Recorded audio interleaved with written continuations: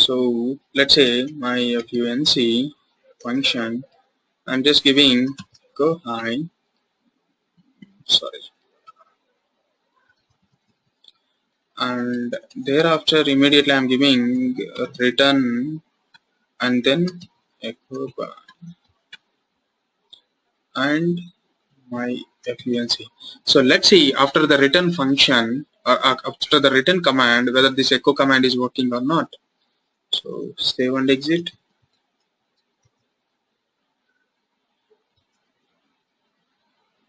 So this buy is not executing. Okay, and let me see the source. Echo status of is equal to dollar question mark. Dollar question mark is the variable. Okay, where do you access the exit status? So here you are using the same thing. So script 11.sh exit status of a function equal to 0.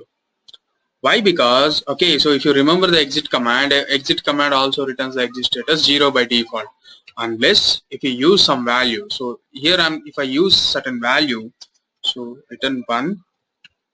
So and script 11.sh.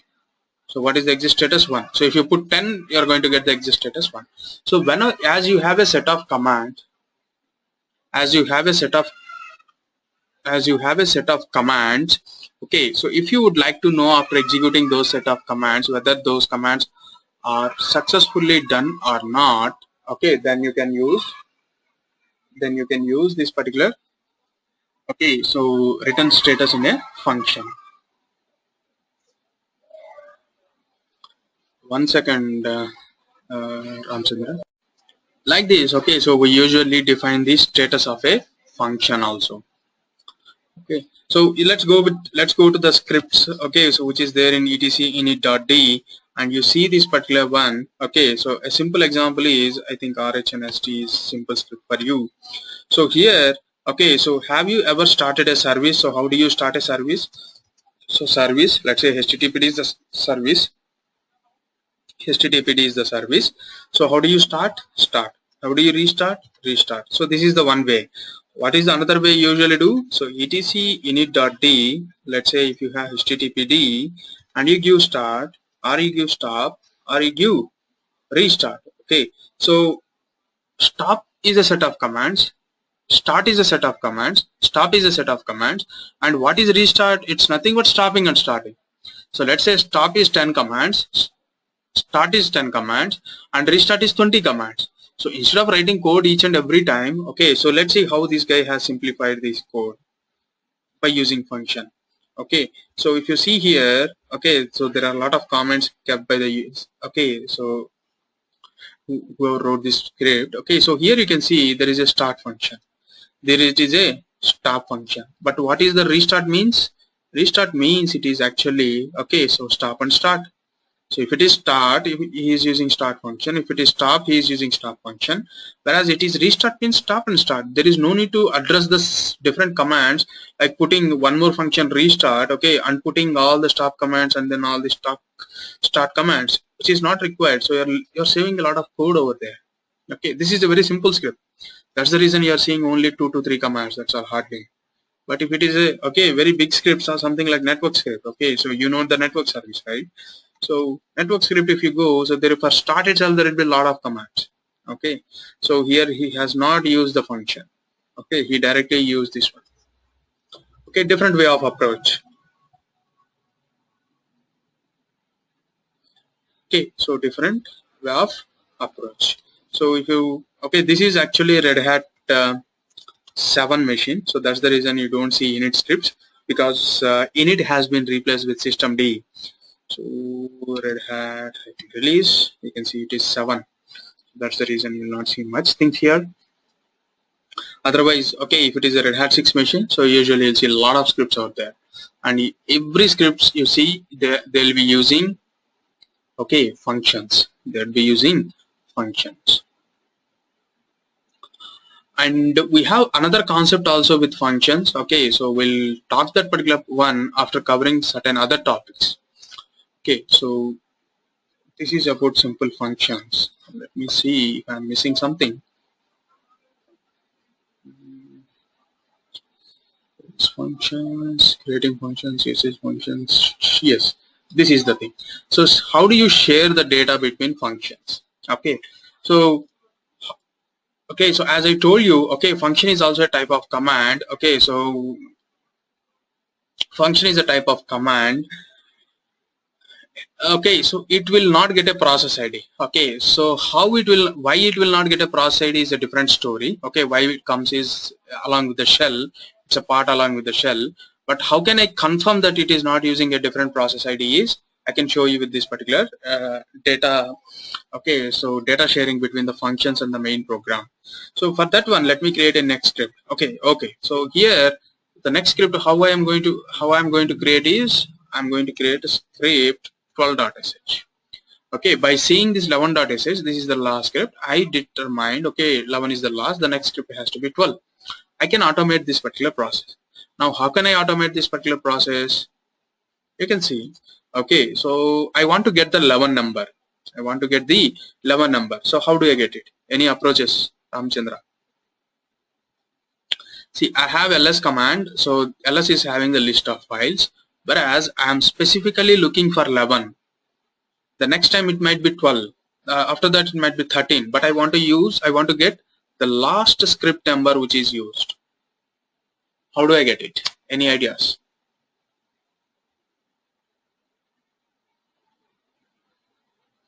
So this is how the scripting will be. $hash. Dollar Hash. What is $hash? I don't know.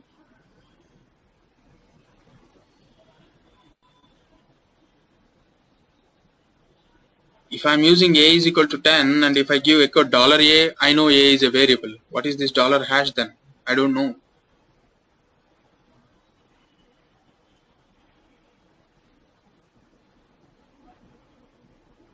So to get the 11 number, what is your approach?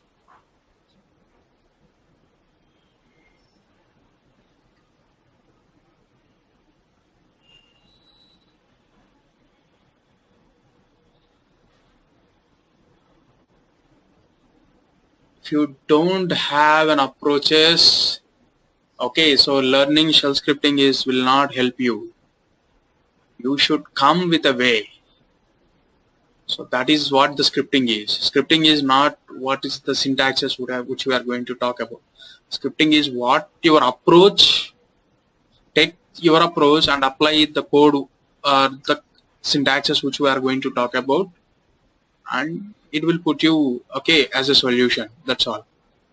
But you should have your own approach for a problem. Otherwise, you cannot automate it. Think, I need to get the 11 number.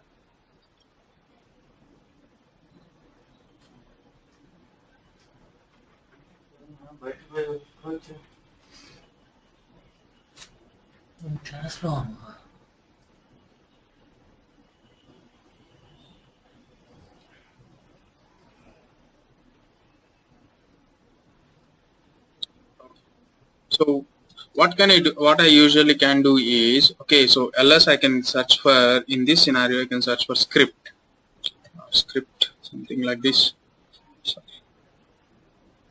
Script. So this is one way, or else instead of grep actually you can have an option directly with the ls. So what I'll do is script start.sh. So as you are seeing actually in a different way, I can give -1. Okay, so if you want to sort it out in a time,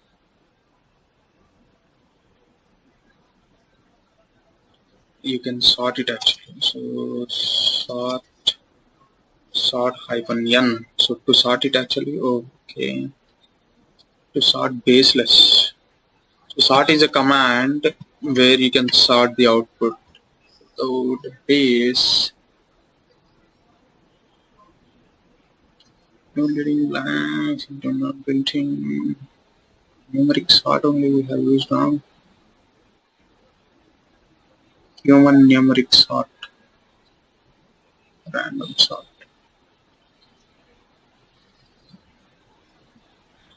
G will help you.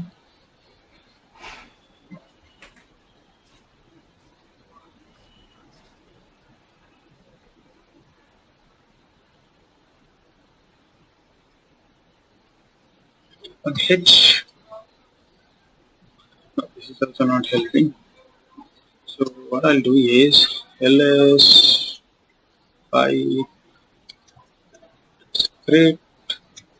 There is a small thing I have missed. Okay, so you need to have it in a certain order. Okay, what I have done is,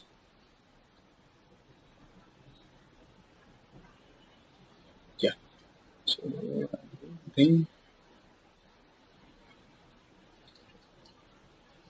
in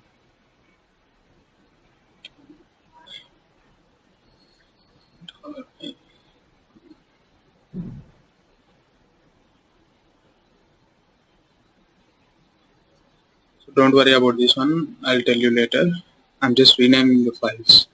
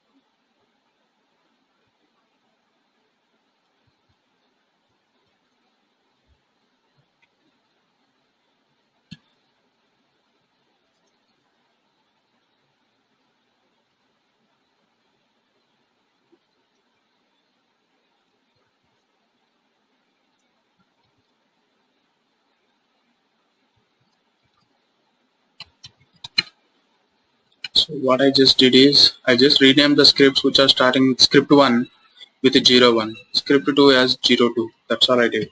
Now, okay, so you should have a standard format, otherwise it's not possible to sort out the output anyhow. So here I have a proper format now. So here if I give ls script star.sh, okay, so if it is confusing I can use -1. So the last one, okay, is the script number. So here to get the last one, we talked about based on line numbers, you can filter the output using head and tail commands. I already talked about. And we already talked about sed command. Okay, so you can search and replace. What I want to search is I want to search for a word script and I want to replace with nothing. And also, what is the one I want to remove? So if you simply use this one, so you'll get 11.sh. By my intention is to get only 11 numbers. So I use -e and search for what? Substitute with .sh with nothing and you got the 11 number. So I'm going to use an arithmetic command substitution. Okay, so in a variable, so I'm going to use it is from here dollar. So dollar is missing. So if you give echo $i, you have 11 number. So how can I add an additional number? So simply you go and use arithmetic operation $i plus 1, 12. Okay, I'm going to use it to a variable now. That's all. So I is equal to 12 now. So echo $i. So I'm going to use this particular one. So I'm going to create a function. So what is my function is create underscore script is my function. So whenever I execute a create underscore script function, so it should automatically create a script. Okay, so by getting these values. Okay, so I is equal to this one, I is equal to $i plus 1. So I am got it as 12 now. So I want to create a script, right? So while creating the script directly, instead of creating directly, what I'll do is I'll add the shebang /bin/bash and I will redirect that one to script $i.sh. So means script 12.sh. And after that, what I'll do, I'll open that particular script. So vm script $i.sh. I'll open this the script. And then after coming out of the VI editor, I need to provide the executable permission chmod plus x. So script $i.sh. So after that, I don't want to execute the script. Okay, so I want to execute it manually. So what I'll do is the script name is this one. I'll just show and I'm done. So if I want to create a script, I'll simply use that particular one. Now if you hit enter, okay, can you see here the script name which is created is script12.sh, script12.sh, and shebang is also added automatically. And what I'll do now, I'll just go and give it a hi, and I'll simply come out. So it will show me the script name and I will execute that particular script name. I don't want to do it manually because I'm doing a demonstration. I may need to modify again and again. So that's the reason I will not use. Okay, so you can clearly check. Okay, so the content of this particular function by using type command. Type command will determine what type of command it is. Okay, so whether it is a binary file, whether it is a shell built-in, whether it is a function, or whether it is an alias, what command it will determine is type is a command. So now type create underscore script is a function, and what is the function? What is the function you have? Okay, is this one. If I want to get this particular function each and every time whenever I log in, so what I have to do, I want to use bash underscore profile. So here at the end, if I put that particular function, so that's fine. So every time whenever I log in, I'll get that particular.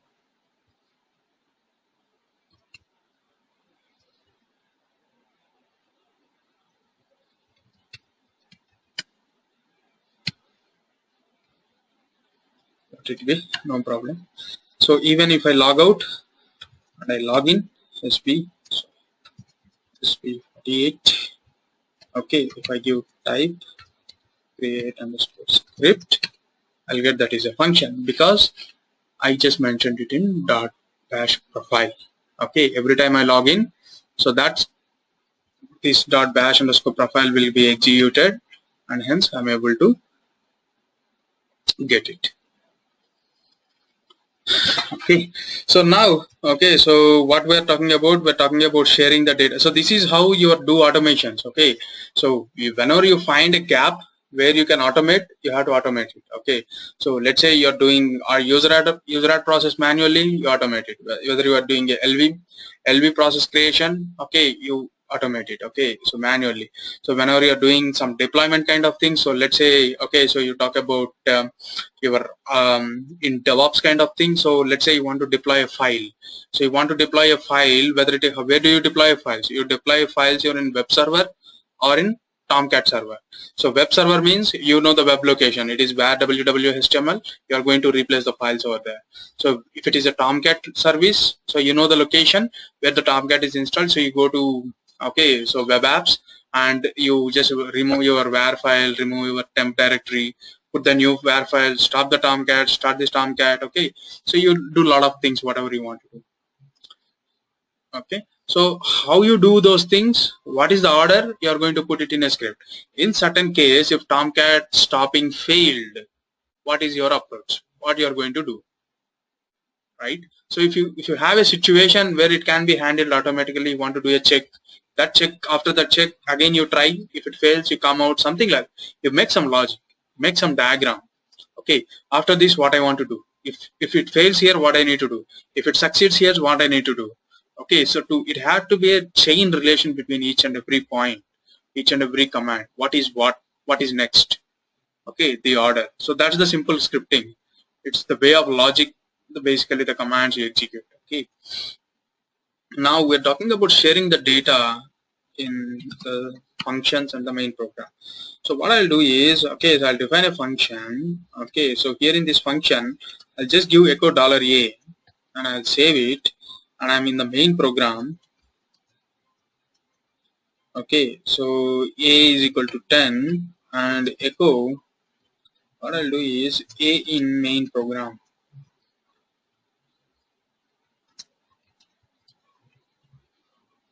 A in main program is equal to $a, and here a in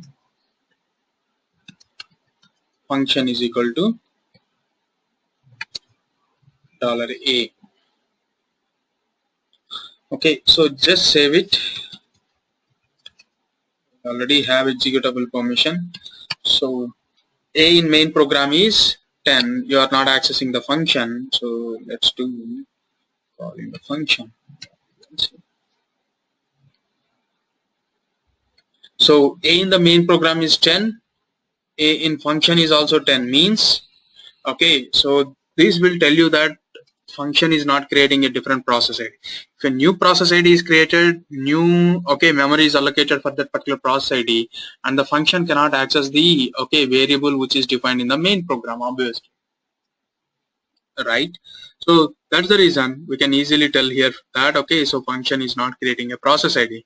What all the variables available in the main program process ID, your function also can access. So how it is accessing is basically because it will not create any process ID. Okay, so a in function is so means what you need to understand. Okay, so practically is whatever you define in main program can be accessed in the functions, and whatever you define in the function can also be accessed in main program. Why? Because the same concept again. Okay, so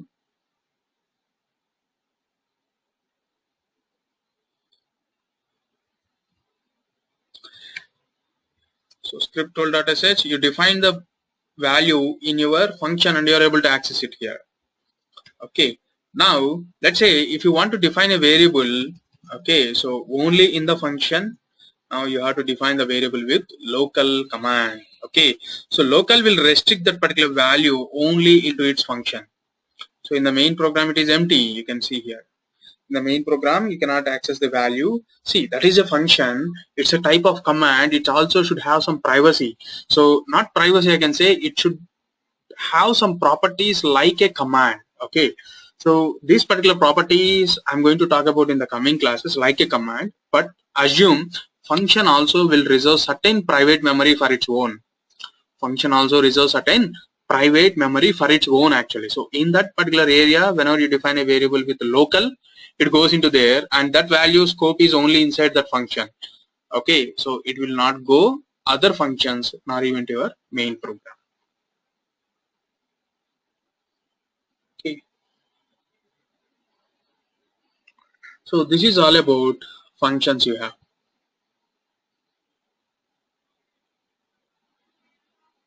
Okay,